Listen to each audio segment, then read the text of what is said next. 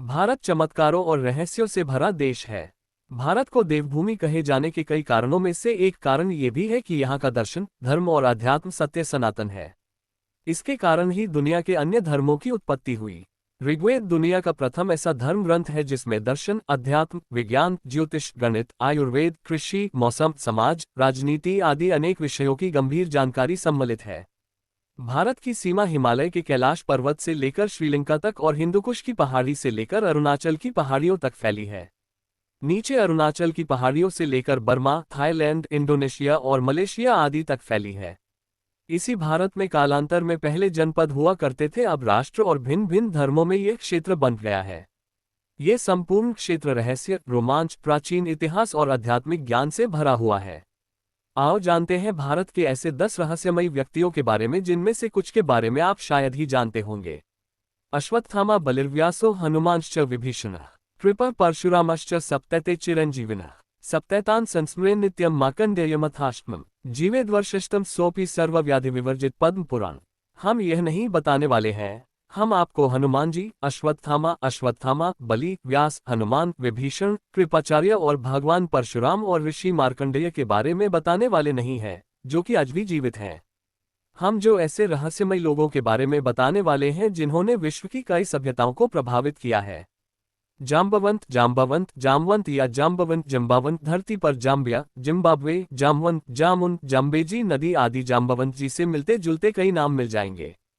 जाम्बवंत जी सतयुग में जन्मे और उनकी चर्चा रामायण काल के बाद द्वापाल काल में भी होती है। जाम्बवंत जी अग्निदेव और गंधर्व कन्या के पुत्र थे।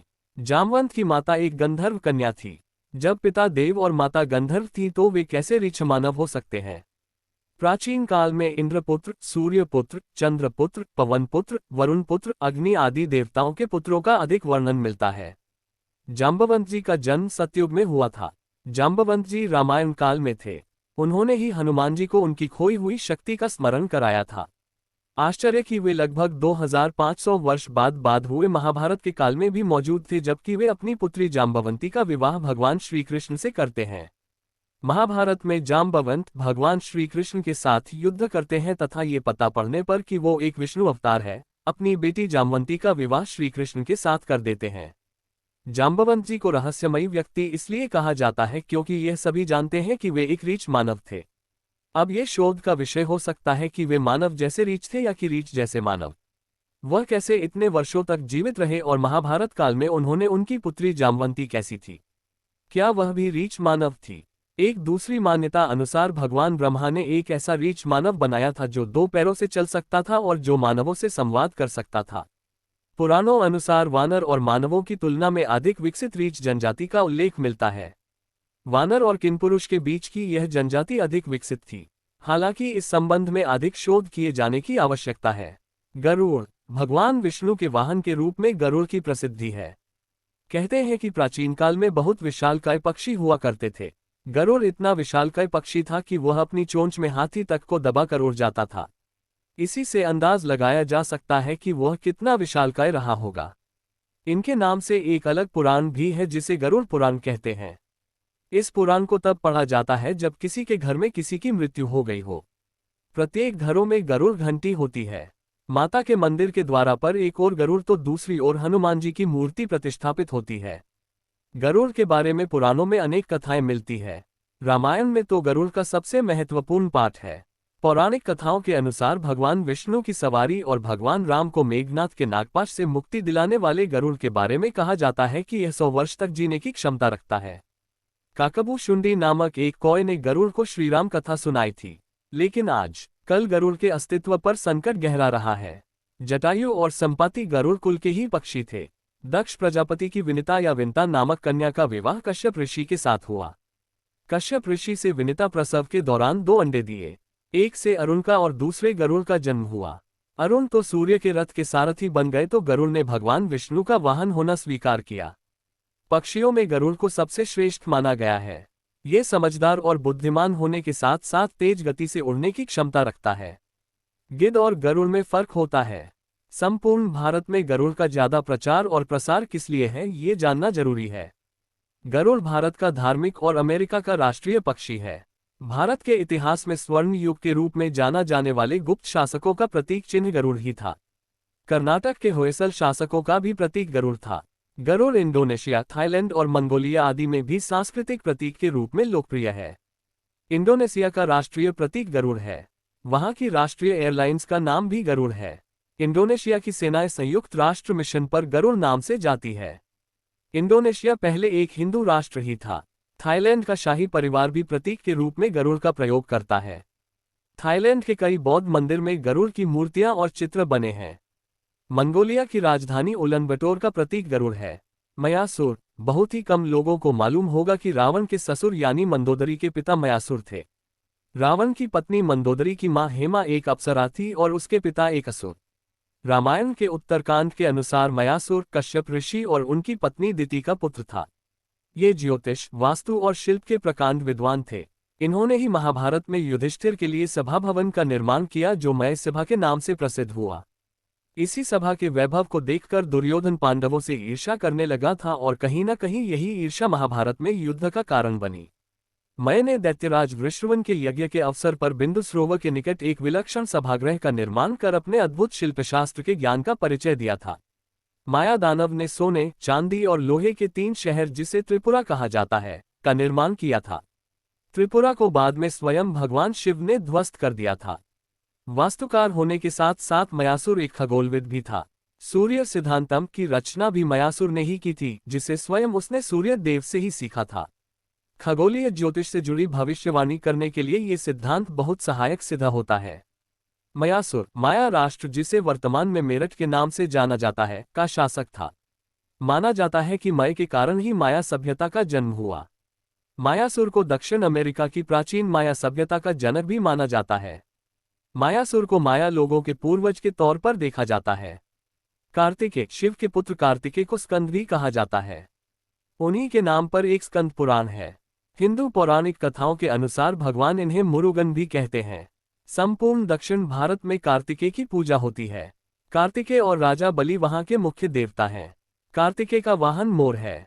मोर भारत का राष्ट्रीय पक्षी है। ये पक्षी जितना राष्ट्रीय महत्व रखता है उतना ही धार्मिक महत्व भी। एक मान्यता अनुसार अरब में रह रहे यजीदी समुदाय कुर्द धर्म के लोगों के देवता कार्तिकेय ही है जो मयूर पर सवार हैं। भगवान स्कंद के नाम पर ब्रिटेन के साउथ वेस्ट वेल्स में स्कंद वेल स्कंडरवेल नामक एक स्थान है। श्रीलंका में इसी नाम से एक स्थान है जहां रंगनाथन मंदिर है।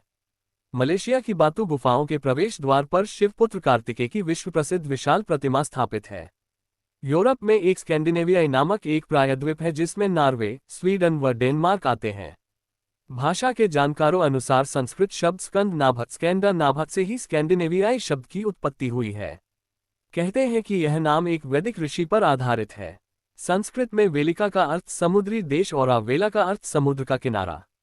स्कैंडिनेवियाई समुद्र के किनारे स्थित एक देश ही है। महाभारत के शल्य पर्व के एक श्लोकानुसार इस स्थान का संबंध भगवान स्कंद से भी है। कार्तिकेय का वाहन मयूर है। एक कथा के अनुसार कार्तिकेय को यह वाहन भगवान विष्णु ने उनकी साधक क्षमता को देखकर ही भेंट किया था। मयूर का मान चंचल होता है। चंचल मन को साधना बड़ा ही मुश्किल होता है। कार्तिकेय ने अपने मन को साथ रखा था। वहीं एक अन्य कथा में इसे दंभ के नाशक के तौर पर कार्तिकेय के साथ बताया गया है। संस्कृत भाषा में लिखे गए स्कंद पुराण के तमिल संस्करण कांदा पुराणम में उल्लेख है कि देवासुर संग्राम में भगवान शिव के पुत्र मुरुगन कार्तिकेय ने दानव तारक और उसके 2 भाइयों सिन्हामुखम एवं सुरापदम को पराजित किया था। अपनी पराजय पर सिन्हामुखम माफी मांगी तो मुरुगन ने उसे एक शेर में बदल दिया और अपना माता दुर्गा के वाहन के रूप में सेवा करने का आदेश दिया। दूसरी ओर मुरुगन से लड़ते हुए सपापदम सुरपद्म एक पहाड़ का रूप ले लेता है। मुरुगन अपने भाले से पहाड़ को 2 हिस्सों में तोड़ देते हैं। पहाड़ का एक हिस्सा मोर बन जाता है जो मुरुगन का वाहन बनता है, जबकि दूसरा हिस्सा मुर्गा बन जाता है जो कि उनके झंडे पर मुरुगन का प्रतीक बन जाता है। इस प्रकार ये पौराणिक कथा बताती है कि मां दुर्गा और उनके बेटे मुरुगन के वाहन वास्तव में दानव हैं जिन पर कब्जा कर लिया गया है। इस तरह वो ईश्वर से माफी मिलने के बाद उनके सेवक बन गए। शिव के गण नंदी नामक बैल या बैल का दुनिया की हर सभ्यता में वर्णन मिलता है। सिंधु घाटी सभ्यता की खुदाई में शिव के नंदी नामक बैल की मूर्ति पाई गई है। दुनिया भर के शिव मंदिरों के बाहर नंदी बैल की मूर्ति मिल जाएगी। सवाल यह उठता है कि नंदी बैल थे या कि मानव। हो सकता है कि वे रूप बदलने की क्षमता रखते हों। भगवान शिव के प्रमुख गणों में से एक है नंदी। भैरव, वीरभद्र, मणिभद्र, चंडिस, श्रृंगी, भृगुरिटी, शैल, गोकर्ण, घंटाकर्ण, जय और विजय भी शिव के गण हैं। माना जाता है कि प्राचीनकालीन किताब कामशास्त्र, धर्मशास्त्र, अर्थशास्त्र और मोक्ष शास्त्र में से कामशास्त्र के रचनाकार नंदी ही थे। नंदी कैसे बने शिव के गण? शिव की घोर तपस्या के बाद शिलाद ऋषि ने नंदी को पुत्र रूप में पाया था। शिलाद ऋषि ने अपने पुत्र नंदी को संपूर्ण वेदों का ज्ञान प्रदान किया। एक दिन शिलाद ऋषि के आश्रम में मित्र और वरुण नाम के दो दिव्य ऋषि पधारे। नंदी ने अपने पिता की आज्ञा से उन ऋषियों की उन्होंने अच्छे से सेवा की। जब ऋषि जाने लगे तो उन्होंने शिलाद ऋषि को तो लंबी उम्र और खुशहाल जीवन का आशीर्वाद दिया, लेकिन नंदी को नहीं। तब शिलाद ऋषि ने उनसे पूछा कि उन्होंने नंदी को आशीर्वाद क्यों नहीं दिया। इस पर ऋषियों ने कहा कि नंदी अल्पायु है। ये सुनकर शिलाद ऋषि चिंतित हो गए। पिता की चिंता को नंदी ने जानकर पूछा, क्या बात है पिताजी? तब पिता ने कहा कि तुम्हारी अल्पायु के बारे में ऋषि कह गए हैं, इसलिए मैं चिंतित हूँ। ये सुनकर नंदी हंसने लगा और कहने लगा कि आपने मुझे भगवान शिव की कृपा से पाया है तो मेरी उम्र की रक्षा भी वही करेंगे, आप क्यों नाहक चिंता करते हैं। इतना कहते ही नंदी भुवन नदी के किनारे शिव की तपस्या करने के लिए चले गए। कठोर तप के बाद शिवजी प्रकट हुए और कहा, वरदान मांगो वत्स। तब नंदी के कहा कि मैं उम्र भर आपके सानिध्य में रहना चाहता हूँ। नंदी के समर्पण से प्रसन्न होकर भगवान शिव ने नंदी को पहले अपने गले लगाया और उन्हें बैल का चेहरा देकर उन्हें अपने वाहन, अपना दोस्त, अपने गणों में सर्वोत्तम के रूप में स्वीकार कर लिया। सुमरियन, बेबीलोनिया, असीरिया और सिंधु घाटी की खुदाई में भी बैल की मूर्ति पाई गई है। इससे प्राचीन काल से ही बैल को महत्व दिया जाता रहा है। भारत में बैल खेती के लिए हल में जोते जाने वाला एक महत्वपूर्ण पशु रहा है। बैल को महेश भी कहते हैं, जिसके चलते भगवान शंकर का नाम महेश भी है। जिस तरह गायों में कामधेनु श्रेष्ठ है, उसी तरह बैलों में नंदी श्रेष्ठ है। आमतौर पर खामोश रहने वाले बैल का चरित्र उत्तम और समर्पण भाव वाला बताया गया है। इसके अलावा वह बल और शक्ति का भी प्रतीक है। बैल को मोह, माया और भौतिक इच्छाओं से परे रहने वाला प्राणी भी माना जाता है। ये सीधा साधा प्राणी जब क्रोधित होता है तो सिंह से भी भिड़ लेता है। यही सभी कारण रहे हैं जिसके कारण भगवान शिव ने बैल को अपना वाहन बनाया। शिवजी का चरित्र भी बैल समान ही माना गया है। कश्यप ऋषि, ऐसा माना जाता है कि कश्मीर का नाम कश्यप ऋषि के नाम पर पड़ा था। कश्मीर के मूल निवासी सारे हिंदू थे। कश्मीरी पंडितों की संस्कृति लगभग 6000 साल पुरानी है और वे ही कश्मीर के मूल निवासी हैं। इसलिए अगर कोई कहता है कि भारत ने कश्मीर पर कब्जा कर लिया है तो ये बिल्कुल गलत है। जब हम सृष्टि विकास की बात करते हैं तो इसका मतलब है जीव, जंतु या मानव की उत्पत्ति से होता है। ऋषि कश्यप एक ऐसे ऋषि थे जिन्होंने बहुत सी स्त्रियों से विवाह कर अपने कुल का विस्तार किया था। आदिम काल में जातियों की विविधता आज की अपेक्षा कई गुना अधिक थी। ऋषि कश्यप ब्रह्मा जी के मानस पुत्र मरीचि के विद्वान पुत्र थे। मान्यता अनुसार इन्हें अनिष्टनेमि के नाम से भी जाना जाता है। इनकी माता कला करदम ऋषि की पुत्री और कपिल देव की बहन थी। कश्यप को ऋषि मुनियों में श्रेष्ठ माना गया है। पुराणों अनुसार हम सभी उन्हीं की संतानें हैं। सुर असुरों के मूल पुरुष ऋषि कश्यप का आश्रम मेरु पर्वत के शिखर पर था, जहां वे परब्रह्म परमात्मा के ध्यान में लीन रहते थे। समस्त देव, दानव एवं मानव ऋषि कश्यप की आज्ञा का पालन करते थे। कश्यप ने बहुत से स्मृति ग्रंथों की रचना की थी।